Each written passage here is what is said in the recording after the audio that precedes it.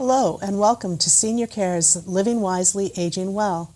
We discuss topics of interest to people aged 60 and over and also to adults living with disabilities. I'm Tracy Arabian and today my guest is Diane Gordon. Diane is SeniorCare's Mixed Population Services Coordinator.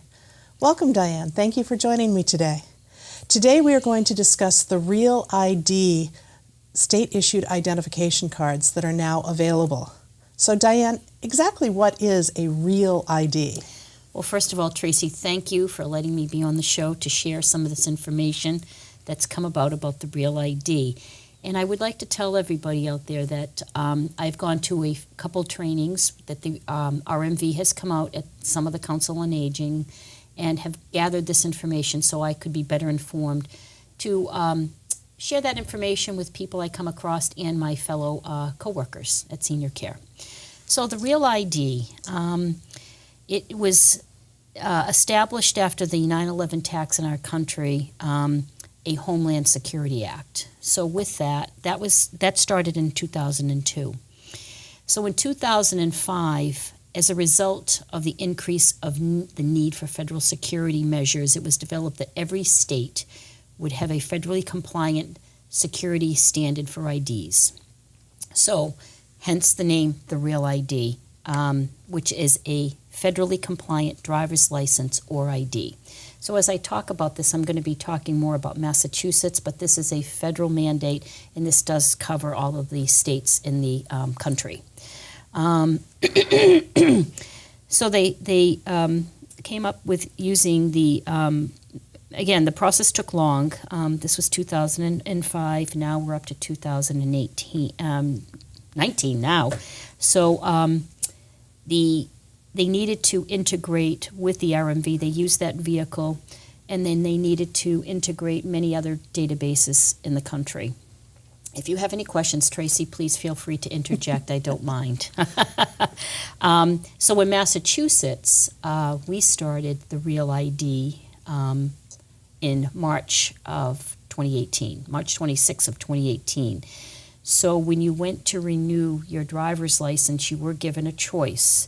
You could do the Real ID, which we're going to talk a little bit more in depth about later on, or you could stay with the standard ID and didn't have to provide all the documentation. So the law is now in every state. And it's funny, at the training I went to in September, they said only 25 of the 50 states are now in compliance. But the date that I'm going to throw out there to everybody is October 1st, 2020. So by October 1st, 2020, all these states will be in compliance, and everybody who's going to be engaging in with the Real ID will need to be in compliance. So that's the Real ID. So does everybody need to have a Real ID? You said that some people can have just their regular driver's license. Yes. Who needs to have a Real ID? So the Real ID goes into the a little bit more in depth of what documentation you would need. If people are going to be flying domestically or needing to get into any type of federal building and do not have a valid passport, they would need a Real ID. Oh, okay. If you're going to renew your license and you're not going to be flying ever, then you would not need to engage with that. Or if you had a valid passport, the passport acts as your identification that has been gone through all the whole process, so you're able to get on a domestic flight or into a federal building. So, but people don't have to do anything at this point. The countdown is on. I mean, we're in 2019 right now. The countdown is on. But if people are really thinking about going forward and doing this, that's something that they should, really put in their mind if they're going to do it. So you don't need one, but you may need one. So that's the answer to that question. So if on October 2nd, 2020, I get an emergency call and I need to fly to Arizona to visit my parents, and I don't have a Real ID and I don't have a passport, You Am I cannot. going to be able to get to my parents? You're not. Not Oh, by a my. plane. You may be able to go on a train or a bus, but you cannot get on a domestic flight, no. So that Wow. would be a real problem. So even if I'm not planning on traveling, I probably want to have a passport or a real ID just in case unexpected travel is needed. Right, and that's kind of the reason putting forward with this presentation is that a lot of people, we need to have some type of, I'm going to use an ID. Everybody has to have an ID, whether it's a driver's license or an ID. And those run similar to each other. They're very similar in what they look like. One says mass license, one says driver's license, one says mass ID. There are 5 years in length before they expire. They have your photo on it, and they have all the other statistics, your name, address, whatever, date of birth. So it's real important that even if you're not going to be driving anymore, that you may think about getting a mass ID that is the real ID for that purpose, that you may be flying and even though you're not driving. So keeping that valid and current in that is something that people should be able to do. I think that it's a transition. It's something to think about, and we're going to talk a little bit more about some of the documents that are required further along in the presentation. But waiting to the last minute is not something that we want people to do. We want people to be able to process this information, hence doing this outreach to the community and letting people digest it and then understand and go from there. Okay, so let's decide. I've decided I want to get a real ID. Okay. What do I do? How do I get a real ID? So how do you get a real ID? There's a couple levels, because if you're due to get your license done, if you look at your license, that's another thing. If people need to pull out their license and look at their license, because the registry right now does not send you any notification, it's time to renew, it's time to renew. So if people pull out their license and you're due to get your license done in 2019, let's just throw out a date, September 1st, 2019. You're eligible now to, you can start the process now. So if you want to get the real ID, there's some documents here, and I don't know if people would be able to see this, but I had a little piece of paper, and it's on the website of the RMV. And this is what was handed out to me in the training, and this has been a tool that's been so helpful, because it really does just give you some basic information about what you would need. And the first box is that everybody who goes for the real ID has to prove lawful presence and proof of date of birth. So that to make that sound like, well, what does all of that mean? There are different boxes that pertain to different people's situations, where they came from, if they've been from this country, if they immigrated. But the two that may pertain to people, like maybe you and I, would be a passport. Once you have a passport, you've already had to provide all of that information, so that is your proof of lawful presence. The other one would be a original or certified birth certificate. And it has to be from the municipality that you were from. It can't be just made up or photocopied or anything. Again, all these documents that you are going to be providing to the RMV, and I should also say that AAA is another place that you can go participate in this if you're a member, only if you're a member. You just can't show up at AAA and say, I want my information. So you need that. With that, there's a matching of who you were when you were born. So the other piece of this is if you got married and your name was Smith, Diane Smith, and now you're Diane Jones, you need to show how you became Diane Jones. So if you have a marriage certificate, you would show that you were once, that shows it all up on the marriage certificate. So you would need to provide that. Again, not something that maybe you have handwritten, but again, it's going to need to be a certified copy. You need to have your Social Security card. that's something that we all have. We've all tucked it away. Maybe it's not in the best condition, but you would need to have your Social Security number, and that would be the card. There's a couple other ways that you can show that, W-2 form and whatnot. And then there's the proof of your Mass residency. Again, this is all modified for Massachusetts, but if you were living in Oklahoma, I'm sure it would say proof of Oklahoma residency. So your current license is one proof. You need two proofs of where you live, and it would say your address. And then there's multiple other documents, again, not photocopies, originals, like you might get a credit card statement or a phone bill or your mortgage statement, something that says Tracy Arabian, 2 Long Drive, Topsfield, Mass. And so that has that. You cannot have anything that goes to a P.O. box that does not prove your residency. And once you have those documents, they are gathered and they are physically brought to the registry. Again, the registry is going to be looking at these documents and they're going to be scanned into a database.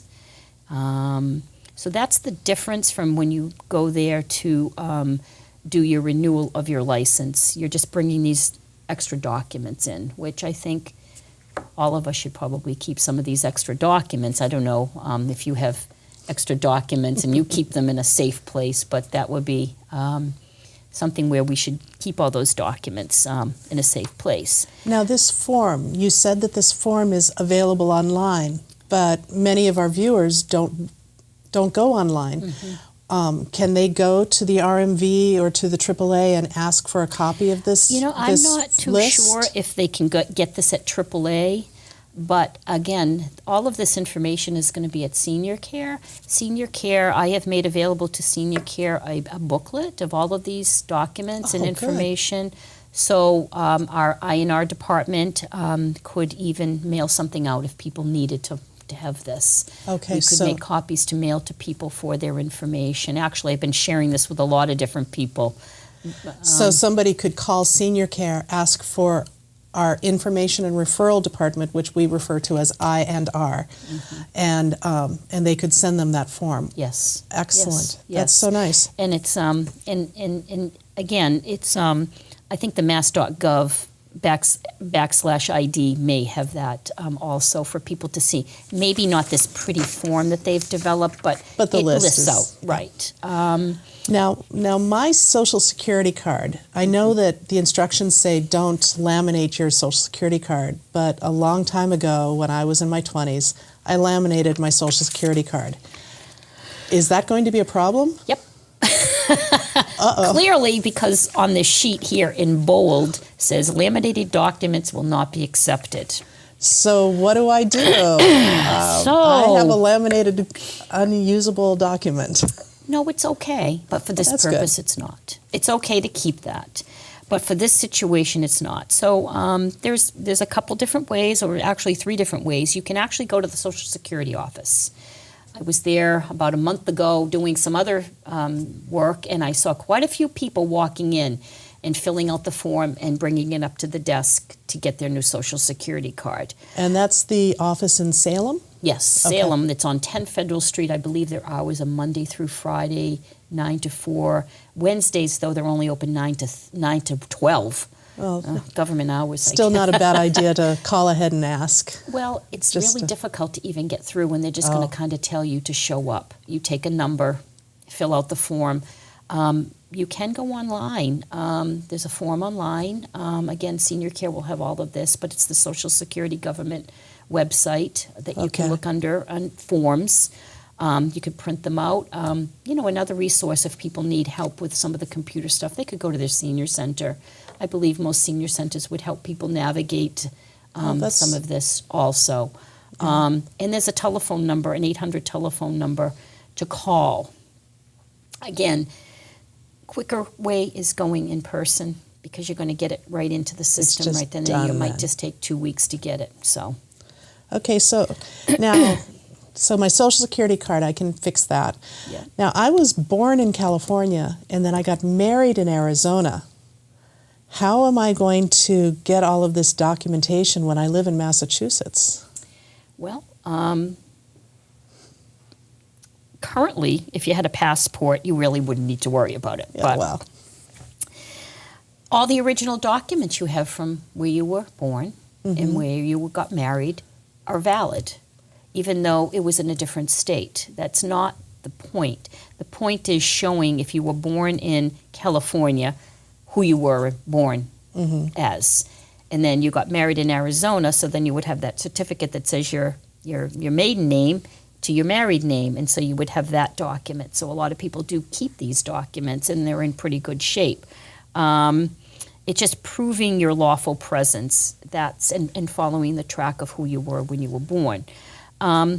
There is a site out there that it's the Registry of Vital Records and Statistics, and it's through the CDC website. And for a fee, you can go on and find all of these documents that can be mailed to you. There is a significant fee, I think, for a ID and a marriage certificate, because of course you're not going to be going in person to Boston or wherever you were born. It's $32. okay. So, but they would have more detail on that information and how, if you can use a credit card, can you write a check? But again, the documents have to be original or certified, so no photocopies. So you can't really even try to, I think people maybe try to say, well, I have a really good printer, I can copy it. Not going to pass. Now, I'm assuming that that cutesy little certificate with my footprint and handprint, that's not a certified birth certificate. So I need to call California and get that going. It clearly And says on this form here, too, they've added some pieces. It says here, hospital certificates are not accepted. So, no, not the one that you could frame. yeah, so I don't have to rip it out of my mother's baby book. No, that's fine. Yeah. So my driver's license doesn't expire until 2022, but the Real ID thing goes into effect like on October 1st, 2020. What am I supposed to do between 2020 and 2022 if I want to fly? I don't have a passport. So again, we go back to the passport, and some of this stuff sounds repetitive because I just want people to realize if they have a passport, they can breathe a little bit more than people that don't. In that sense, you could probably wait if you had the passport till 2022 to get your license renewed and not have to be freaked out about it. But without a passport. But without the passport, you would have to get the Real ID. So 2022, you subtract 5. That means that you probably got your license in, because it's 5-year increments, in 2017. Okay, I'm in the same boat. So we'll share that. I got my license renewed. It's usually your birth date, your date of birth, month and day, and then they have the year after it, and that's what changes. So I had mine done December 6th, or before December 6th. I renewed it. And now I'm going to have to go and get I'll call it a duplicate. It's a replacement. It's replacing the one that I have, and I'm going to need to get that before 2020, just like you would have to do, because I don't have a passport either. So I'm going to work on doing that probably in the next maybe 3 to 6 months. I think that's another thing, is to be mindful and planful, because I do need to get some of these documents, because they're not. The only thing I do have is my Social Security card. So I have to find my other documents to get them in order, and then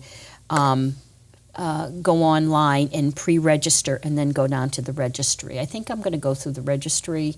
I know AAA can do it, but I figure for the first time, just making sure, I'm going to fill out the extra paperwork. I might get in the quick line. We'll see. So you said you were going to go online and start the registration online? Yes, you can do that. But I wanted to go into about the replacement license. Now, I've already paid my $50. So I am going to have to pay another $25 for this, and it's only going to go up to 2022. So in 2022, I'm going to have to renew my license for another 5 years, but I am not going to have to go through and bring all this documentation. I will do it just like I had done it before, but there is a charge. And a lot of people are kind of upset about that. Well, how come I have to pay? Well, you know, I think $25 is cheaper than about $150 for a passport. So it's a transition. I think they had to pick a date, pick a time, and some people are going to be caught in the middle. Mm-hmm. Some people That's true. aren't going to have to. But you pointed out just now, once you've done this, when you go to renew in 2022, you don't have to jump through all these hoops a second time. No. Once you've got a real ID, it will continue on. Yes. So this is a one-time. This is a one-time getting your information into the system, and you're all set. So going forward, you won't have to worry about that. No. Well, that's great. Yeah. Well, we're coming down to the end of the day. My question now is there anything that we haven't talked about that we should? So I think the biggest thing is, in putting this all together, I've been thinking by myself, am I a procrastinator or not? I think a couple of these sessions, I've been going through it. It'll be a year in June that I've been involved in hearing about it, and things have been coming out. And there's been twists and turns. I think they've gotten better with helping people understand. But I think the biggest thing is if you have to do this, don't put it off to the last minute. Don't start this process on September 15, 2020. I think the other piece is to be mindful about the date that your license expires that year. And somehow or another put a Post-it note, a reminder in your phone, your calendar. But because they don't send that information out to you. So I think you have that plan. You need to kind of plan for this. This is a planned thing, not just going down, I think to go renew my license. My birthday's tomorrow. That's not going to happen in this situation. It could be very tight. So the other thing is gathering the documents. For some people, that may be easier than others. You know, there is some fees attached to it. I think that a lot of people that I've talked to, some of the seniors have been stressed out. Oh my God, I don't know where my birth certificate is. Oh my God, where is it? It's buried, it's in a book, it's someplace. Oh, my marriage license, I'm not married anymore. I took that thing and I ripped it up. So they're stressing about that they have to find that information. So I said, well, just try to do one thing at a time and get a success. Do the birth certificate first. Okay, great, you got the birth certificate now. Pay the other $32 for your marriage license. So, I mean, I think little baby steps are helpful, maybe for some people, using maybe the councils on aging, SeniorCare. There's enough people that maybe, even your family, I'm sure people's family members are going to be everybody's going to be going through this who has a license, so, or an ID.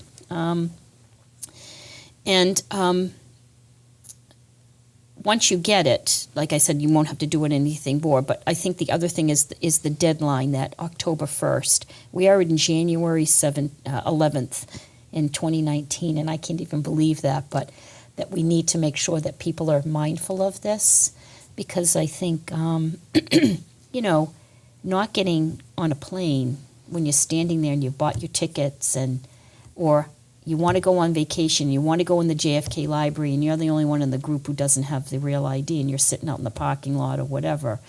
You know, I think that it's being mindful. And I think we're going to do this, educating people. The RMV has been going out to quite a few councils on aging to educate people about this, because it is happening, and there's no way of really getting around that. Okay. Well, thank you so much for joining me today, and thank you so much for watching Living Wisely, Aging Well. All of the addresses and websites that Diane mentioned today can be found on SeniorCare's website, www.seniorcareinc.org. That's www.seniorcareinc.org.